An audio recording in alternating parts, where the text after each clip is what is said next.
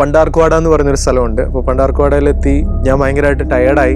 കുറച്ചു നേരം കിടന്നിട്ട് പോകാമെന്ന് വിചാരിച്ചു. കുറച്ചു നേരം കിടന്നു. ഒരു 10 മിനിറ്റ് കിടക്കാൻ വേണ്ടിയിട്ട് ഞാൻ കണ്ണടച്ചേ ഉള്ളൂ. പിന്നീട് ഞാൻ എഴുന്നേക്കുന്നത് 2-2:30 ആയപ്പോഴാണ്. കൂടുതലും ആളുകൾ എന്നോട് വന്നിങ്ങനെ ചോദിക്കാറുണ്ട്, അപ്പം എവിടെ നിന്ന് വരുന്നത്? ഇപ്പോൾ കന്യാകുമാരി നിന്ന് വരുക, വൈഷ്ണോദേവി ടെമ്പിളിലേക്കാണോ? അപ്പോൾ ആളുകൾ വന്നിട്ട് എൻ്റെ കാലിൽ വന്നിട്ട് ഇങ്ങനെ തൊഴുതിട്ടൊക്കെയാണ് പോകുന്നത്. അപ്പോൾ അവർ നമ്മളെ കാണുന്ന ഒരു ദൈവത്തെ പോലാണ്. അങ്ങനെ ഒരു ദിവസം രാത്രിയിൽ ഇങ്ങനെ ഇരിക്കുന്ന സമയത്ത് കള്ളു കുടിച്ചിട്ട് ഒരു ട്രക്ക് ഡ്രൈവർ എൻ്റെ അടുത്തേക്ക് വന്നിട്ട് പറഞ്ഞു സൈക്കിൾ ചവിട്ടണമെന്ന് പറഞ്ഞു. 1 മണിയായി, പറ്റില്ല എന്നുള്ള രീതിയിൽ ഞാൻ സംസാരിച്ചു. കുറച്ച് കഴിഞ്ഞപ്പോഴത്തേന് എൻ്റെ കൈ പെട്ടെന്ന് ഇങ്ങനെ മേളിലോട്ട് പൊന്തി. ഞാൻ വിചാരിച്ചു അതുകൊണ്ട് തീർന്നു എന്നാണ് ഞാൻ വിചാരിച്ചത്.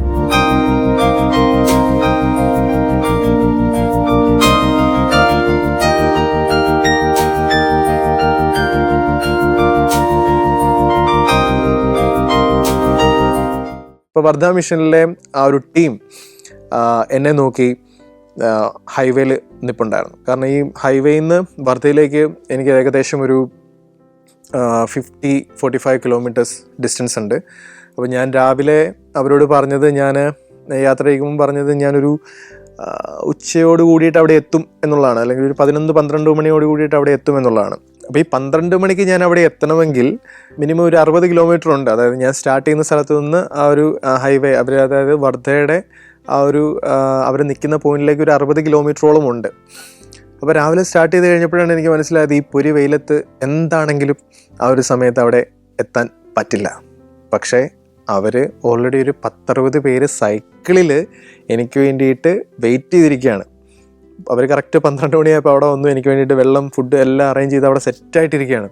ഇവർ എന്നെ ഇടയ്ക്ക് വിളിക്കുന്നുണ്ട്. അപ്പോൾ ഞാൻ പറഞ്ഞു ഞാൻ ഇപ്പോൾ എത്തും എന്ന് ഞാൻ ഇങ്ങനെ പറയും. പക്ഷേ എനിക്കറിയാം ഞാൻ അങ്ങോട്ടേക്ക് എത്തണമെങ്കിൽ ഒരു 60 കിലോമീറ്റർ വേണം. അപ്പം 11 മണിയായപ്പോൾ ഞാനൊരു പോയിന്റിലെത്തി. പണ്ടാർക്കുവാട എന്ന് പറഞ്ഞൊരു സ്ഥലമുണ്ട്. അപ്പോൾ പണ്ടാർക്കുവാടയിലെത്തി. അവിടെ ഒരു സൺഡേ ആയിരുന്നു, അതും ഒരു സൺഡേ ആയിരുന്നു. അപ്പോൾ ആ സ്ഥലത്തെത്തിയപ്പം ഞാൻ ഭയങ്കരമായിട്ട് ടയേർഡായി. അവിടെ ഞാൻ എപ്പോഴും കൂളറൊക്കെ ശ്രദ്ധിക്കും. നമുക്കറിയാലോ നോർത്ത് ഇന്ത്യൻ സൈഡിലോട്ടൊക്കെ പോയാൽ അവർ ഈ വലിയ ഒരു കൂളർ വെക്കും. വലിയൊരു ബോക്സ് ആയിരിക്കും. അതിൽ ചകിരിനാര്, അതിൽ വെള്ളം നിറച്ചിട്ടായിരിക്കും ഈ ഫാൻ വഴി ഇവരെ തണുക്കുന്നത്. അപ്പോൾ ഇത് എവിടെ കണ്ടാലും, ഇപ്പോൾ കടയിലാണെങ്കിലും വീട്ടിൽ കണ്ടാലും അതെന്നെ ഇങ്ങനെ വല്ലാതെ ആകർഷിക്കും. അപ്പോൾ ഞാനിങ്ങനെ പയ്യെ അത് നോക്കി അതിൻ്റെ ചുവട്ടിലൊക്കെ പോയി ഇടയ്ക്ക് ഇങ്ങനെ ഇരിക്കാറുണ്ട്. അനുവാദം ചോദിച്ചിട്ടാണ്.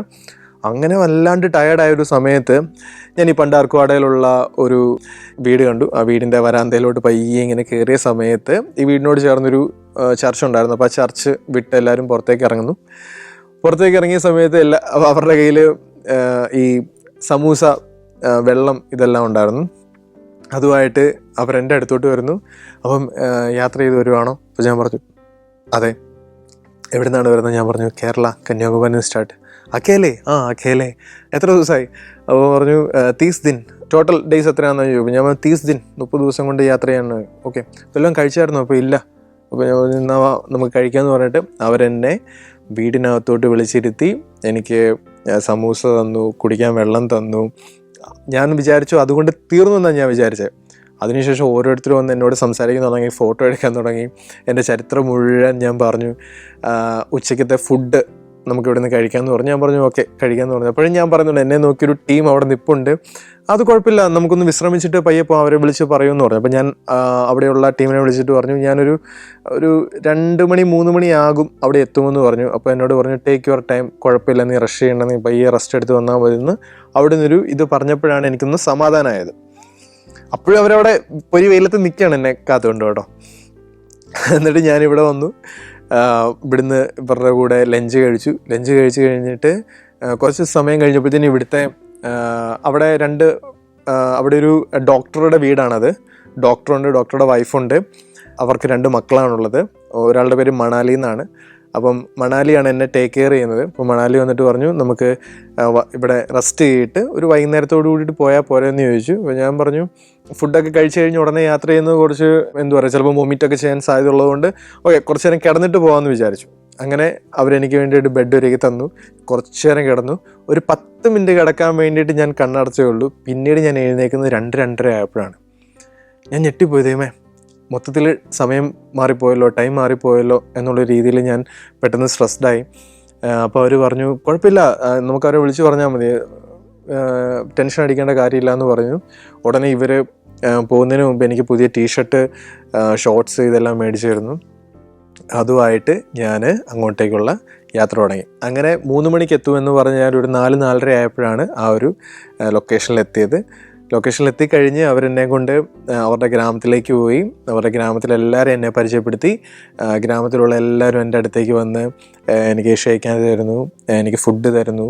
അങ്ങനെ വളരെ ഞാൻ എൻ്റെ ലൈഫിൽ എക്സ്പീരിയൻസ് ചെയ്യാത്ത ഒരുപാട് നല്ല നല്ല മുഹൂർത്തങ്ങൾ സംഭവിച്ച ഒരു നിമിഷമായിരുന്നു ആ ഒരു സമതലങ്ങളിലൂടെ യാത്ര ചെയ്തപ്പോൾ എനിക്കുണ്ടായത്. നോർത്ത് ഇന്ത്യൻ അല്ലെങ്കിൽ മധ്യപ്രദേശിലൂടെ, മഹാരാഷ്ട്രയിലൂടെ, ഈ ഒരു സ്ഥലത്തിലൂടെയൊക്കെ യാത്ര ചെയ്യുന്ന സമയത്ത് നമുക്ക് കൂടുതലും ചൂട് അനുഭവപ്പെടും അല്ലേ. അപ്പോൾ എൻ്റെ ഒരു ഐഡിയ എന്ന് വെച്ചാൽ രാവിലെ എഴുന്നേൽക്കുക, ഫുള്ള് ചവിട്ടുക, ക്ഷീണിക്കുമ്പം കിടക്കുക, ഇരിക്കുക, പോവുക എന്നുള്ളതായിരുന്നു. അവിടെ ഞാൻ മനസ്സിലാക്കി ടൈമിംഗ് വളരെ ഇമ്പോർട്ടൻ്റ് ആയിട്ടുള്ളൊരു കാര്യമാണ്.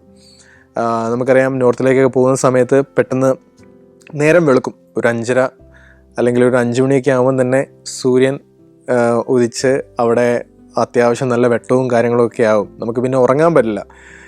അപ്പം 5 മണിക്ക് എഴുന്നേറ്റാൽ പിന്നെ നമുക്കങ്ങോട്ട് ഒരുപാട് സമയമുണ്ട്. ഒരു 10 മണി വരെ അല്ലെങ്കിൽ ഒരു 9 മണി വരെ നമുക്ക് സൈക്കിൾ ചെയ്യുകയാണെങ്കിൽ എങ്ങനെ പോയാലും ഒരു 50 to 60 കിലോമീറ്റേഴ്സ് നമുക്ക് ഈസി ആയിട്ട് കവർ ചെയ്യാൻ പറ്റും. നമുക്ക് അവിടെ കയറ്റിറക്കങ്ങൾ വളരെ കുറവായതുകൊണ്ട് നമുക്ക് ആ ഒരു ഏരിയ ആ ഒരു രീതിയിൽ പ്ലാൻ ചെയ്യാമെന്ന് വിചാരിച്ചു. അങ്ങനെ എൻ്റെ ഒരു ദിനചര്യ രാവിലെ 5 മണി തൊട്ട് ഒരു 10 മണി വരെ സൈക്കിൾ ചെയ്യുക. അത് കഴിഞ്ഞിട്ട് 10 to ഒരു 3 മണി 4 മണി വരെ അവിടുത്തെ അട്രാക്ഷൻസ് കാണുക, സ്ഥലങ്ങൾ പോവുക, അല്ലെങ്കിൽ വിശ്രമിക്കുക എന്നുള്ളതായി. അതിനുശേഷം ഒരു 4 മണി തൊട്ട് വീണ്ടും 11 മണി വരെ രാത്രിയിൽ സൈക്കിൾ ചെയ്യുക. അങ്ങനെ നോക്കുമ്പോൾ ഒരു 60 + ഒരു 100 അല്ലെങ്കിൽ ഒരു 90-80 കിലോമീറ്റേഴ്സ് വരുമ്പോൾ ഒരു 120-150 കിലോമീറ്റർ ട്രാവൽ ചെയ്യാമെന്നുള്ളൊരു ഐഡിയയിലേക്ക് ഞാൻ ഗ്രാജുവലി എത്തി. ഞാൻ ഈ യാത്ര തുടങ്ങുമ്പോൾ എന്നെ സപ്പോർട്ട് ചെയ്യാൻ വേണ്ടിയിട്ട് ഒരുപാട് ചേട്ടന്മാരും ഒരുപാട് സംഘടനകളും ഒക്കെ ഇങ്ങനെ എത്തിയിട്ടുണ്ടായിരുന്നു. അപ്പോൾ അവർ പറഞ്ഞൊരു കാര്യം എന്ന് വെച്ചാൽ, യാത്രയ്ക്കൊരു ഉദ്ദേശമുണ്ടല്ലോ, അല്ലെങ്കിൽ ഒരു ലക്ഷ്യമുണ്ടല്ലോ. അപ്പം എൻ്റെ മെയിൻ ലക്ഷ്യം എന്ന് പറഞ്ഞാൽ യാത്ര ചെയ്യുക, സ്ഥലങ്ങൾ കാണുക എന്നുള്ളതായിരുന്നു എൻ്റെ അൾട്ടിമേറ്റ് ലക്ഷ്യം എന്ന് പറയുന്നത്. പക്ഷെ അതിൻ്റെ കൂടെ ആ ഒരു സമയത്തെ ട്രെൻഡായിരുന്നു എന്തെങ്കിലും ഒരു സന്ദേശം ഉയർത്തിപ്പിടിക്കുക എന്നുള്ളത് അല്ല. ഇപ്പം സേ നോ ടു ഡ്രഗ്സ് എന്നുള്ളതായിരുന്നു എൻ്റെ സൈക്കിൾ യാത്രയുടെ മെയിൻ മോട്ടീവ് എന്ന് പറയുന്നത്. സോ അന്ന് ഞാനത് എടുക്കുന്ന സമയത്ത് ഞാനിങ്ങനെ ആലോചിച്ചിട്ടുണ്ടായിരുന്നു, ഞാനിത് എങ്ങനെ സ്പ്രെഡ് ചെയ്യും, അല്ലെങ്കിൽ ഞാനിത് ഒരാളോട് എങ്ങനെ പറയും, സേ നോ ടു ഡ്രഗ്സ് അല്ലെങ്കിൽ ലഹരിക്കെതിരെ നിങ്ങൾ പോരാടൂ എന്ന് ഞാൻ ഒരാളോട് എങ്ങനെ പറയും എന്നുള്ളത് എന്നെ സംബന്ധിച്ചിടത്തോളം ആ സമയത്ത് എന്നോട് തന്നെ ഞാൻ ചോദിക്കുന്നൊരു ചോദ്യമായിരുന്നു. അപ്പോഴാണ് ഞാൻ മനസ്സിലാക്കിയത്, ഓക്കെ, നമുക്ക് പാംഫ്ലെറ്റ്സ് നമുക്ക് ക്രിയേറ്റ് ചെയ്യാം അല്ലെങ്കിൽ ഉണ്ടാക്കാം. അങ്ങനെ യാത്രയിലുടനീളം എനിക്ക് പാംഫ്ലെറ്റ്സ് കൊടുക്കാൻ പറ്റി. അപ്പം എൻ്റെ ഏറ്റവും അൾട്ടിമേറ്റ് ലക്ഷ്യം എന്ന് പറഞ്ഞാൽ ഇത് എത്രയും പെട്ടെന്ന് ആളുകളിലേക്ക് എത്തിച്ച് എൻ്റെ വെയിറ്റ് കുറയ്ക്കുക എന്നുള്ളതായിരുന്നു ആദ്യത്തെ ലക്ഷ്യം എന്ന് പറഞ്ഞാൽ, ടു ബി ഫ്രാങ്ക്. അങ്ങനെ ഞാൻ വളരെ ആവേശപൂർവ്വം ഈ പാംഫ്ലെറ്റ്സ് കാണുന്ന ആളുകളിലേക്ക് എത്തിക്കാൻ തുടങ്ങി. അങ്ങനെ ഗ്രാജുവലി അതിൻ്റെ എണ്ണവും കുറഞ്ഞു വന്നു. ഞാൻ വളരെ സ്മൂത്തായിട്ട് മുമ്പോട്ട് യാത്ര ചെയ്യാനും തുടങ്ങി. അതുമാത്രമല്ല, വെയിറ്റ് കുറയ്ക്കുന്നതിൻ്റെ ഭാഗമായിട്ട് ഞാൻ കരുതിയിട്ടുണ്ടായിരുന്നത് ഒരു ജോഡി ഡ്രസ്സാണ്, പിന്നെ ഒരു സ്പെയർ ഒരു ഷോർട്സും ഒരു ടീഷർട്ടും മാത്രം കരുതും. ഇത് ഉപയോഗിച്ച് തീർന്നു കഴിയുമ്പോഴത്തേനും അടുത്ത് വാങ്ങും. അങ്ങനെ ഉപയോഗിച്ച് മുമ്പോട്ടുള്ള യാത്രയായിരുന്നു. രാത്രി കിടക്കുന്ന സമയത്ത് ഈ പറയുന്ന ധാബയിലാണെങ്കിലോ പെട്രോൾ പമ്പിലാണെങ്കിലോ നമ്മളിത് വാഷ് ചെയ്ത് ഉണക്കാനിടുമൊന്നും വേണ്ട. നമ്മൾ ഇട്ട് കഴിഞ്ഞൊരു 1 മണിക്കൂർ കഴിയുമ്പോഴേ അവിടുത്തെ ഹ്യൂമിഡിറ്റി കൊണ്ട് ഈ പറയുന്ന തുണി നമുക്ക് നല്ല രീതിയിൽ ഉണങ്ങി കിട്ടും. അപ്പോൾ എൻ്റെ യാത്രയിലെ ഏറ്റവും കൂടുതൽ ഞാൻ സ്റ്റേ ചെയ്തിരുന്ന അല്ലെങ്കിൽ എൻ്റെ ഹോം എന്ന് പറയുന്നത് പെട്രോൾ പമ്പുകളും ധാബകളുമായിരുന്നു. അപ്പം എനിക്ക് അവിടെ നിന്ന് ഉണ്ടായ 2 ഗുണങ്ങളെന്ന് വെച്ചിട്ടുണ്ടെങ്കിൽ, നമുക്ക് വളരെ കംഫർട്ടായിട്ട് സെക്യൂരിറ്റിയോട് കൂടിയിട്ട് നമുക്ക് അവിടെ കിടന്ന് ഉറങ്ങാനുള്ള ഒരു സ്പേസ് നമുക്കവിടെ ഉണ്ട്. നമുക്കവിടെ അറ്റൻഡ് ചെയ്യാനുള്ളൊരു സ്പേസ് ഉണ്ട്. ഈവൻ ചില മാനേജേഴ്സ് നമ്മളോട് ചോദിക്കും, അകത്ത് AC ഉണ്ട്, നമുക്ക് വേണമെങ്കിൽ അവിടെ കിടക്കാമെന്ന് പറയും. പക്ഷേ ഞാൻ പറയും വേണ്ട, നമുക്ക് വെളിയിൽ കിടക്കാം എന്ന് പറയും. അതോടൊപ്പം തന്നെ നല്ല ഫിൽറ്റർഡ് വാട്ടർ, വെള്ളം മേടിച്ച് പൈസ നമുക്ക് കളയേണ്ട ആവശ്യം അവിടെ വരുന്നില്ല. നമുക്ക് ഈ പറയുന്ന ഫിൽറ്റേഴ്സിൽ നിന്ന് വെള്ളം കുടിക്കാൻ പറ്റും. വെള്ളത്തിൻ്റെ കാര്യം പറഞ്ഞപ്പോഴാണ്, നമുക്കറിയാം നമ്മുടെ കേരളത്തിൽ കിട്ടുന്ന പോലത്തെ വെള്ളമല്ല മുകളിലേക്ക് യാത്ര ചെയ്യുന്ന സമയത്ത് നല്ല ഹാർഡ് വാട്ടർ ആയിരിക്കും. അതുകൊണ്ട് തന്നെ ഒറ്റയടിക്ക് കുടിക്കാനൊന്നും പറ്റില്ല. നല്ല ദാഹിച്ച് ചെല്ലുന്ന സമയത്താണെങ്കിൽ പോലും ആ ഒരു പയ്യെ സിപ്പ് ചെയ്ത് കുറച്ച് സമയം എടുത്താൽ മാത്രമേ നമുക്ക് ഈ വെള്ളം കുടിച്ചിറക്കാൻ സാധിക്കുള്ളൂ. അത്രയ്ക്കും ഹാർഡ് വാട്ടറാണ് അന്നത്തെ ആ ഒരു സമയത്ത് ഞാൻ കുടിച്ചുകൊണ്ടിരുന്നത്. പിന്നെ എൻ്റെ പ്രധാന ഭക്ഷണം എന്ന് പറയുന്നത് റൊട്ടിയാണ്. റൊട്ടി, ദാൽ, സബ്ജി എന്നുള്ള ആ ഒരു വെറൈറ്റീസിലേക്കൊക്കെ വരുമ്പോൾ എനിക്ക് ഏറ്റവും കൂടുതൽ എൻജോയ് ചെയ്ത് കഴിച്ചുകൊണ്ടിരുന്നത് ഈ പറയുന്ന ഭക്ഷണങ്ങളൊക്കെയാണ്. പിന്നെ ജീര റൈസ്, പപ്പഡ്, അറിയാലോ. അപ്പോൾ ആ ഒരു സമയത്തേക്ക് മേളിലേക്കൊക്കെ വരുന്ന സമയത്ത് നോൺ വെജിൻ്റെ ലഭ്യത കുറഞ്ഞു വരും. പക്ഷെ എന്നാൽ പോലും ചിക്കൻ വിഭവങ്ങൾ അവിടെ ഉണ്ട്. തന്തൂരി ചിക്കൻ ആണെങ്കിലും അല്ലെങ്കിൽ ചിക്കൻ കബാബ് ആണെങ്കിലും ഒക്കെ നമുക്ക് അവിടെ അവൈലബിൾ ആണ്. പക്ഷേ അവിടെ കൂടുതലും ഈ പറയുന്ന ബ്രോയിലർ ചിക്കൻ നമുക്ക് ആ ഒരു സമയത്ത് അവിടെ അവൈലബിൾ അല്ലായിരുന്നു. അവിടെ നാടൻ കോഴിയുണ്ടല്ലോ, അപ്പം നാടൻ കോഴിക്കറി ഇതൊക്കെയാണ്. അപ്പം നാടൻ കോഴിക്കറിയുടെ ഏറ്റവും വലിയ ഇതെന്ന് വെച്ചാൽ നല്ല എരിവായിരിക്കും, നല്ല സ്പൈസി ആയിരിക്കും അവിടുത്തെ കറികളെന്ന് പറയുന്നത്. ഞാൻ പോകുന്ന വഴിക്ക് ഒരു പ്രാവശ്യം ഒരു മുട്ടക്കറി ഈ പറയുന്ന റൊട്ടിയുടെ കൂടെ കഴിക്കാൻ വേണ്ടി ഓർഡർ ചെയ്തു. അപ്പോൾ ഓർഡർ ചെയ്ത സമയത്ത് നമ്മൾ പ്രതീക്ഷിക്കുന്നത് എന്താ, നാട്ടിൽ കിട്ടുന്ന പോലെ ഒരു മുട്ട ബാക്കി ഗ്രേവി പരിപാടികളാണ്. ഞാൻ നോക്കിയപ്പോൾ ഒരു പ്ലേറ്റ് നിറച്ച് മുട്ട ആയിട്ട് വരുന്നു. ഇതെന്താണ് മുട്ടക്കറി, അണ്ടാക്കറി. അപ്പം ഇതെന്താണ് ഇത്രയധികം മുട്ട, ഇതിന് എത്രയാണ് വില? അപ്പം പറഞ്ഞു വില 80 രൂപയുള്ളൂ. ഓ 80 രൂപയുള്ളല്ലേ? പക്ഷെ അതിനകത്തൊരു 4 മുട്ട അല്ലെങ്കിൽ 5 മുട്ട അവരിങ്ങനെ മുറിച്ച് രണ്ടായിട്ട് സെപ്പറേറ്റ് ആയിട്ട് ഇട്ടിട്ടുണ്ടായിരുന്നു. അങ്ങനെയാണ് എൻ്റെ ഭക്ഷണത്തിന്റെ ആ ഒരു ക്രമീകരണം. Albania, Maldives, Georgia, Ethiopia. സഞ്ചാരം വോളിയം നമ്പർ 11. ഫുൾ HDയിലുള്ള ഈ അപൂർവ ദൃശ്യയാത്രാ വിവരണ ശേഖരം സ്വന്തമാക്കാൻ 9995 444 222 എന്ന നമ്പറിലേക്ക് സഞ്ചാരം എന്ന് SMS ചെയ്യൂ.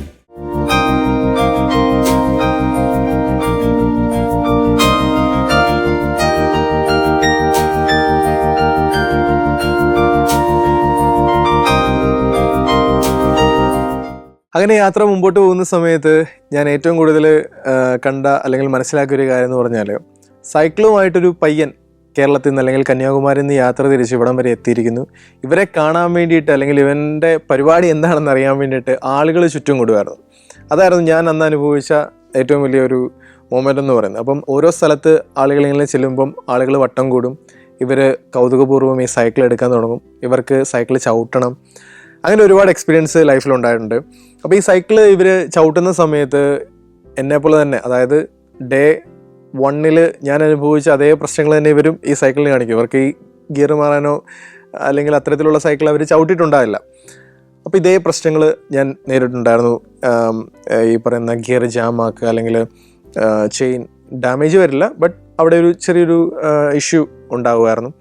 അപ്പം ഇത് ഞാൻ വീണ്ടും പരിഹരിക്കണം. അത്തരത്തിലുള്ള പ്രശ്നങ്ങൾ ഞാൻ ആളുകളുമായിട്ട് നേരിടേണ്ടി വന്നിട്ടുണ്ടായിരുന്നു. പക്ഷെ അവരെ കുറ്റം പറഞ്ഞിട്ട് കാര്യമില്ല. അവരുടെ ഇന്നസെൻസിൻ്റെ പുറത്ത്, അവരുടെ ആ ഒരു കൗതുകത്തിൻ്റെ പുറത്ത് അവർ ചെയ്തു പോകുന്ന കാര്യങ്ങളാണ്.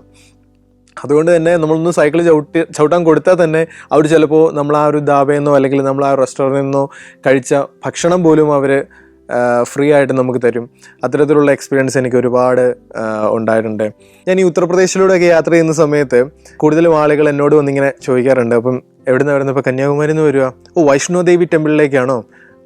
ആ ഒരു ചോദ്യത്തിൽ നിന്നാണ് ഞാൻ ആദ്യമായിട്ട് വൈഷ്ണോദേവി ടെമ്പിൾ എന്ന് പറയുന്ന ആ ഒരു സ്ഥലത്തെ പറ്റി കേൾക്കുന്നു അറിയുന്നതൊക്കെ. അപ്പോൾ ആളുകൾ വന്നിട്ട് എൻ്റെ കാലിൽ വന്നിട്ട് ഇങ്ങനെ തൊഴുതിട്ടൊക്കെയാണ് പോകുന്നത്. അപ്പോൾ ഞാൻ പറഞ്ഞു വൈഷ്ണോദേവി ടെമ്പിൾ അല്ല, ലഡാക്കിലേക്കാണ്. ഓക്കെ, ലഡാക്കിലേക്കാണോ? അപ്പം ടെമ്പിളിലേക്കാണോ അല്ലെങ്കിൽ ഏത് സ്ഥലത്തിലേക്കാണോ എന്നൊന്നും അവർക്ക് അറിയേണ്ട കാര്യമില്ല. പക്ഷേ ഇത്രയും വലിയൊരു ത്യാഗം സഹിച്ചു വരുന്നു എന്നുള്ളത് അവരെ സംബന്ധിച്ചിടത്തോളം വലിയൊരു കാര്യമാണ്. അപ്പോൾ അവർ നമ്മളെ കാണുന്ന ഒരു ദൈവത്തെ പോലാണ്. അങ്ങനെ ഉത്തർപ്രദേശിൽ ഞാനൊരു ധാബയിൽ നിൽക്കുന്ന സമയത്ത് അവിടെ ഈ ഒരു ഓപ്പൺ ജീപ്പിൽ അവിടെ ഒരു സർപ്പഞ്ച് വരികയാണ്. ഇപ്പോൾ സർപ്പഞ്ച് എന്ന് പറഞ്ഞാൽ ഗ്രാമത്തലവൻ എന്ന് പറയും. ഇപ്പം ഗ്രാമത്തലവൻ നമ്മൾ ഈ ബോളിവുഡ് സിനിമകളിലൊക്കെ കാണുന്ന പോലെ തന്നെ ഷർവാണി, തലക്കെട്ട്, വലിയ കുറി, ആ ഒരു രീതിയിലൊക്കെയാണ് വരുന്നത്. ഇവരുടെ കയ്യിൽ എപ്പോഴും ആയുധങ്ങളൊക്കെ കാണാം കേട്ടോ. അപ്പോൾ അവരുടെ ശിങ്കിടികൾ ഇവരെല്ലാവരും ഇങ്ങനെ വരുന്നു. ഒരു ബ്ലാക്ക് ജീപ്പിലാണ് വരുന്നത്. അപ്പം അവർ വന്ന് അങ്ങോട്ടേക്ക് ഇറങ്ങുന്നു. അപ്പോൾ ഞാൻ അവിടെ ഇരുന്ന് ഫുഡ് കഴിച്ചുകൊണ്ടിരുന്നപ്പോൾ ഈ ധാബയിലെ ആൾ പെട്ടെന്ന് വന്നിട്ട് അയാൾ ഇരുന്ന കസേര എടുത്തിട്ട് ഇയാൾക്ക് ഇട്ട് കൊടുക്കുന്നു. ഇയാൾ അവിടെ വന്നിരിക്കുന്നു. അപ്പോൾ എനിക്ക് മനസ്സിലായി ആ നാട്ടിലെ ഒരു വലിയ മെയിൻ ആളാണ് എന്നെനിക്ക് മനസ്സിലായി.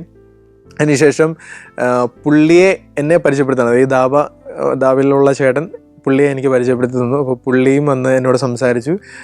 അപ്പോഴൊക്കെയാണെങ്കിലും വലിയ മീശ, ആ ഒരു രീതിയിലൊക്കെയാണ് പുള്ളി അവിടെ ഇരുന്ന് ഇങ്ങനെ പെരുമാറുന്നത്. അപ്പോൾ പുള്ളി എല്ലാവർക്കും പേടിയാണ്. പുള്ളി അവിടെ ഇരിക്കുന്ന സമയത്ത് കഴിച്ചുകൊണ്ടിരിക്കുന്ന ആളുകൾ വന്നിട്ട് അദ്ദേഹത്തിൻ്റെ കാലിൽ വന്ന് തൊടുന്നു. ആ ഒരു രീതിയിലൊക്കെ ഞാൻ അവിടെ ആളുകളെ എനിക്ക് കാണാൻ സാധിച്ചു. ചില സ്ഥലങ്ങളിൽ ചെല്ലുന്ന സമയത്ത് എല്ലായിടവും ഒരുപോലെ അല്ലല്ലോ ഇരിക്കുക. ഈ പറയുന്ന മോഷണ ശ്രമങ്ങൾ ഒരുപാട് നടന്നിട്ടുണ്ട്. അതിൽ ഏറ്റവും എടുത്ത് പറയേണ്ട ഒരു കാര്യം എന്ന് വെച്ചാൽ, നോർത്ത് ഇന്ത്യയിൽ ചെന്ന സമയത്ത് ഒരു ധാബയിൽ ഒരു പെട്രോൾ പമ്പിൽ ഞാനിങ്ങനെ സ്റ്റേ ചെയ്ത സമയത്ത് അവരെന്നോട് വന്നിട്ട് പറഞ്ഞു, ബ്രോ ഇവിടെ കഴിഞ്ഞ കുറച്ച് ദിവസങ്ങൾക്ക് മുമ്പ് ഒരു വിദേശിയുടെ ഡ്രസ്സും അതോടൊപ്പം തന്നെ അവരുടെ സാധനങ്ങളെല്ലാം മൊബൈലും ഇതുമെല്ലാം എടുത്തുകൊണ്ട് പോയി. അതുകൊണ്ട് നിങ്ങളിവിടെ വളരെ സൂക്ഷിച്ച് വേണം നിൽക്കാനെന്ന് പറഞ്ഞു. അപ്പോൾ ഞാൻ പറഞ്ഞു ഓക്കെ, നിങ്ങളൊക്കെ ഉണ്ടല്ലോ, നമുക്ക് എന്നിൽ നിന്ന് എടുത്തുകൊണ്ട് പോകാനാണെങ്കിലും ഒന്നുമില്ല, ആകെപ്പാടെ ഉള്ളത് മൊബൈലാണ്, വിലപിടിപ്പായിട്ടുള്ള ഒരു കാര്യം എന്ന് പറഞ്ഞു. പിന്നെ ഉള്ളത് സൈക്കിളും. അപ്പോൾ ഇത് രണ്ടും എനിക്ക് സേഫാക്കി വെച്ചാൽ മതി, എന്നെ എടുത്തുകൊണ്ട് പോയാലും പ്രശ്നമൊന്നുമില്ല, കാരണം നമ്മൾ അവിടെ നിന്ന് എവിടുന്ന് എങ്ങനെയെങ്കിലും ഒക്കെ രക്ഷപ്പെട്ട് തിരിച്ചു വന്നോളാം എന്നുള്ള രീതിയിലാണ് ഞാൻ അവിടെ സംസാരിക്കുന്നത്. അപ്പം ഞാൻ എപ്പോഴും രാത്രി കിടക്കുന്ന സമയത്ത് ഈ സൈക്കിള് ലോക്ക് ചെയ്യും. സൈക്കിൾ ലോക്ക് ചെയ്തിട്ട് ഒരു കയർ എപ്പോഴും കെട്ടിയിട്ട് എൻ്റെ കയ്യിലോട്ട് ഇങ്ങനെ ലോക്കാക്കി വിടും. അപ്പം നമ്മൾ ഈ ദാബയിൽ കിടക്കുന്നതെന്ന് പറഞ്ഞാൽ ഓപ്പൺ എയറിലായിരിക്കും കിടക്കുന്നത്. നമുക്ക് പ്രോപ്പറായിട്ടൊരു ഷെൽട്ടറോ അല്ലെങ്കിൽ ഒരു പ്രൊട്ടക്ഷനോ കാര്യങ്ങളോ ഒന്നുമില്ല. ആകെപ്പാടെ ഉള്ളത് നമ്മൾ വിശ്വസിക്കുന്നത് അവിടെയുള്ള കടക്കാരെയും അവിടെ വരുന്ന ട്രക്ക് ഡ്രൈവേഴ്സിനെയൊക്കെയാണ്. അങ്ങനെ ഒരു ദിവസം രാത്രിയിൽ ഇങ്ങനെ ഇരിക്കുന്ന സമയത്ത് കള്ള് കുടിച്ചിട്ട് ഒരു ട്രക്ക് ഡ്രൈവർ എൻ്റെ അടുത്തേക്ക് വന്നിട്ട് പറഞ്ഞു സൈക്കിൾ ചവിട്ടണമെന്ന് പറഞ്ഞു. ഞാൻ പറഞ്ഞു ഞാൻ ഓൾറെഡി ടയേർഡായിട്ട് അതപ്പോൾ ഈ 1 മണിയായി, പറ്റില്ല എന്നുള്ള രീതിയിൽ ഞാൻ സംസാരിച്ചു. അപ്പം പുള്ളി അപ്പം കുറച്ച് ദേഷ്യത്തിലാണ് നിൽക്കുന്നത്. അപ്പം ദേഷ്യത്തിൽ നിന്നുകൊണ്ട് തന്നെ എന്നെ സപ്പോർട്ട് ചെയ്യാൻ വേണ്ടിയിട്ട് ആ ദാബയിലെ ചേട്ടന്മാർ ഓടി വന്നിട്ട് പറഞ്ഞു വേണ്ട പയ്യെ വിട്ടേക്ക്, അവൻ അവിടെ കിടന്നുറങ്ങട്ടെ, ടയേർഡായിട്ട് വന്നിരിക്കുകയാണ്, ഇത്രയും ദൂരം സൈക്കിളിലൊക്കെ വന്നിരിക്കുകയാണ്, വിട്ടേക്കാൻ പറഞ്ഞു. പക്ഷെ പുള്ളി വിടാൻ തയ്യാറില്ലായിരുന്നു. ഞാൻ പിന്നെയും കിടന്നുറങ്ങി. കുറച്ച് കഴിഞ്ഞപ്പോഴത്തേനും എൻ്റെ കൈ പെട്ടെന്ന് ഇങ്ങനെ മേളിലോട്ട് പൊന്തിയപ്പോൾ നാണ്ട ഇയാൾ സൈക്കിൾ എടുത്തുകൊണ്ട് പോകാൻ വേണ്ടിയിട്ട് നിൽക്കുന്നു. വീണ്ടും ഈ പറയുന്ന ദാബയിലെ ചേട്ടന്മാർ ഓടി വന്നിട്ട് പുള്ളിയെ സമന്വയിച്ച് പറഞ്ഞു തന്നു. അവിടെ കുറച്ച് ഉന്തും തള്ളൊക്കെ ആ ഒരു സമയത്തുണ്ടായിരുന്നു. കാരണം അറിയാലോ, ഈ പറയുന്ന ലഹരി ഉള്ളിലേക്ക് ചെന്നാൽ പിന്നെ നമ്മൾ എന്താണ് ചെയ്യുന്നതെന്നുള്ള ഒരു ഐഡിയയും ഈ പറയുന്ന ഉള്ളിലുള്ള ആൾക്ക് ഉണ്ടായതില്ല. ചിലപ്പോൾ ആൾ നല്ല മനുഷ്യനായിരിക്കാം, പക്ഷേ ഇതിൻ്റെ കളികളാണ് ഇതെല്ലാം എന്ന് ഞാനപ്പോൾ മനസ്സിലാക്കി. അതിനുശേഷം ഞാൻ വീണ്ടും സ്വസ്ഥമായിട്ട് കിടന്ന് ഉറങ്ങി. രാവിലെ എഴുന്നേറ്റപ്പോഴാണ് മനസ്സിലായത് പുള്ളി പോയ പോക്കിൽ ഞാൻ ഉപയോഗിച്ചുകൊണ്ടിരുന്ന സൺഗ്ലാസും കൊണ്ടാണ് പോയത്. പിന്നീട് ഞാൻ കുറച്ചും കൂടെ കെയർഫുള്ളാകാൻ തുടങ്ങി. അങ്ങനെ രാത്രിയിൽ ഈ പറയുന്ന വളരെ സിമ്പിളായിട്ട് എന്താ പറയുക കാര്യങ്ങൾ കീപ്പ് ചെയ്യുന്ന പരിപാടികളൊക്കെ ഞാൻ നിർത്തി.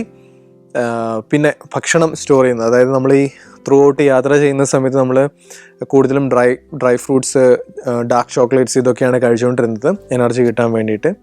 അപ്പോൾ ഈ ഫുഡ് സ്റ്റോർ ചെയ്യുന്ന സമയത്ത് രാത്രിയിൽ കിടന്നുറങ്ങുന്ന സമയത്ത് ഈ അവിടെയുള്ള സ്ട്രേ ഡോഗ്സ് അല്ലെങ്കിൽ തെരുവ് നായ്ക്കൾ നമ്മുടെ അടുത്തേക്ക് വരുമ്പോഴത്തേനും ബാഗിനകത്തുള്ള ഭക്ഷണത്തിന് വേണ്ടിയിട്ടാണ് അവർ വരുന്നത്. അവരിങ്ങനെ മണം പിടിച്ച് ഈ സൈക്കിൾ മറിച്ചിടുക, ബാഗ് കടിച്ചെടുത്തുകൊണ്ട് പോവുക, അങ്ങനെയുള്ള ചില സംഭവങ്ങൾ ഉണ്ടായിട്ടുണ്ട്. പിന്നീട് ഞാൻ മനസ്സിലാക്കി ഒരുപാട് ഭക്ഷണം സ്റ്റോർ ചെയ്താലും ഇത്തരത്തിലുള്ള പ്രശ്നങ്ങൾ ഉണ്ടാകും. അതുകൊണ്ട് വളരെ ലിമിറ്റഡ് ആയിട്ടുള്ള ഭക്ഷണങ്ങളാണ് നമ്മളവിടെ പിന്നീടുള്ള യാത്രകളിൽ സ്റ്റോർ ചെയ്തുകൊണ്ടിരുന്നത്. അതുമാത്രമല്ല, ഈ ഡാർക്ക് ചോക്ലേറ്റ് നമ്മൾ സ്റ്റോർ ചെയ്യുന്ന സമയത്ത് ഉണ്ടാകുന്ന ഏറ്റവും വലിയ പ്രശ്നം എന്ന് വെച്ചാൽ ഇത് കഴിച്ച് തീർത്തില്ലെങ്കിൽ ഇത് ഫുള്ള് മെൽറ്റായി ബാഗിനകത്ത് മുഴുവൻ സ്പ്രെഡാവും. അങ്ങനെ ഒരു അബദ്ധം എനിക്ക് പറ്റിയിട്ടുണ്ട്. നാഗ്പൂരിൽ എത്തിയ സമയത്താണ് ഒരു സൈക്കിൾ ഷോപ്പിൽ ഞാൻ നേരത്തെ എത്തിയിട്ടുണ്ടെന്ന് പറഞ്ഞിട്ടുണ്ടായിരുന്നു. അപ്പോൾ ആ ഒരു സൈക്കിൾ ഷോപ്പിലെ ഓണർ പറഞ്ഞു നമ്മുടെ സൈക്കിളിൻ്റെ വാതിക്കൽ ടെൻ്റ് അടിച്ചു കിടന്നു, നമുക്ക് നാളെ രാവിലെ വരുന്ന സമയത്ത് മീറ്റ് ചെയ്യാം, സൈക്കിളിന് എന്തെങ്കിലും റിപ്പയറിങ്ങോ കാര്യങ്ങളോ ഉണ്ടെങ്കിൽ നോക്കാമെന്ന് പറഞ്ഞു. അപ്പം അങ്ങോട്ടേക്ക് എത്തുന്നതിന് മുമ്പ് ഞാൻ ഹൈദരാബാദിൽ നിന്ന് കളക്ട് ചെയ്ത, അല്ലെങ്കിൽ സെക്കൻഡറാബാദാണോ ഹൈദരാബാദ് എന്നറിയില്ല, സെക്കൻഡറാബാദാണെന്ന് തോന്നുന്നു, അവിടുന്ന് കളക്ട് ചെയ്ത കുറച്ച് ഡാർക്ക് ചോക്ലേറ്റ്സ് ഉണ്ടായിരുന്നു. ഇതെല്ലാം ഞാൻ ബാഗിനകത്ത് വെച്ചിട്ടുണ്ടായിരുന്നു. രാവിലെ എഴുന്നേറ്റപ്പം എൻ്റെ കിടന്ന ടെൻറ്റിന് ചുറ്റും ഉറുമ്പിൻ്റെ ബഹളമാണ്. അപ്പം ഈ സൈക്കിൾ കടക്കാരൻ അകത്തേക്ക് കയറി വരുമ്പോൾ പുള്ളിയുടെ ദേഷ്യമാണ് ഞാൻ ആദ്യം കേൾക്കുന്നത്. അതായത് ഇതെന്താണ് ഇവിടെ മുഴുവൻ ഉറുമ്പാണല്ലോ, ഇങ്ങനെയാണോ കിടക്കുന്നത്, ഇതൊക്കെ ശ്രദ്ധിക്കേണ്ടത് എന്നുള്ള രീതിയിൽ പുള്ളി ഇങ്ങനെ ദേഷ്യപ്പെടുന്ന ശബ്ദമാണ് ഞാൻ ആദ്യം കേൾക്കുന്നത്. അപ്പോൾ എനിക്ക് മനസ്സിലായി പുള്ളി എന്താണ് പറയുന്നതെന്ന് മനസ്സിലായില്ല. കാരണം ഞാനും നോക്കുമ്പോൾ ഉറുമ്പുണ്ട്, പക്ഷേ ഇത് എൻ്റെ ബാഗിൽ നിന്നാണ് വരുന്നതെന്നുള്ള യാതൊരു ഐഡിയയും എനിക്കില്ലായിരുന്നു. പിന്നെയാണ് മനസ്സിലായത് ഈ ചോക്ലേറ്റ് എല്ലാം മെൽറ്റായിട്ട് അവിടെ ഫുള്ള് സ്പ്രെഡായിട്ടുണ്ടായിരുന്നു. അപ്പോൾ ഇതിനകത്തൂടെ ഫുൾ ഉറുമ്പ് കാര്യങ്ങളെല്ലാം കയറി വരുന്നുണ്ടായിരുന്നു എന്നുള്ള കാര്യം എനിക്ക് മനസ്സിലായി. അപ്പോൾ ഞാൻ പറഞ്ഞു സോറി, ഞാനത് മീൻ ചെയ്തില്ല, കുഴപ്പമില്ല, നമുക്കത് മാനേജ് ചെയ്യാമെന്നുള്ള രീതിയിൽ പുള്ളി പിന്നെ ഒന്ന് ശാന്തനായി. അതിനുശേഷം ഞാൻ അവിടെ മുഴുവൻ വെള്ളമൊക്കെ ഒഴിച്ച് വൃത്തിയാക്കി കൊടുത്തതിന് ശേഷമാണ് ഈ പറയുന്ന കടയ്ക്കുള്ളിലേക്ക് കയറി ഞങ്ങൾ എന്താണോ എൻ്റെ ആവശ്യം, അല്ലെങ്കിൽ ഞങ്ങൾ തമ്മിൽ എന്തിനാണോ അവിടെ വന്നത് അല്ലെങ്കിൽ മീറ്റ് ചെയ്യാൻ ഉദ്ദേശിച്ചതെന്നുള്ള കാര്യമൊക്കെ സംഭവിച്ചത്. അങ്ങനെ യാത്ര മുമ്പോട്ട് പോയിക്കൊണ്ടിരിക്കുന്ന സമയത്ത് ഞാനിങ്ങനെ ആലോചിക്കുമായിരുന്നു, ദൈവമേ കുറേ നേരമായിട്ട് ഹൈവേ, ചൂട്, കഷ്ടപ്പാട്, ഇത് മാത്രമേ ഉള്ളൂ. അതല്ലാതെ കുറച്ച് ചെറിയ ചെറിയ അട്രാക്ഷൻസ് ഒക്കെ നമ്മൾ കാണുന്നുണ്ട്. പക്ഷെ എന്നാൽ പോലും നമ്മൾ കാണേണ്ട കുറച്ച് കാര്യങ്ങളുണ്ടല്ലോ ഇന്ത്യ എന്ന് പറയുമ്പോൾ തന്നെ നമ്മുടെ മനസ്സിലേക്ക് ആദ്യം ഓടി വരുന്നത് 7 വണ്ടേഴ്സ് താജ്മഹലാണ്. സോ താജ്മഹൽ ആഗ്ര എത്തിയപ്പോൾ ഞാൻ ആദ്യം എനിക്ക് കാണണമെന്ന് തോന്നിയ താജ്മഹൽ തന്നെയാണ്. ഞാൻ ഏറ്റവും രാവിലെ തന്നെ അവിടെ എത്തി, ആദ്യത്തെ ആളായിട്ട് തന്നെ അകത്തേക്ക് കയറി.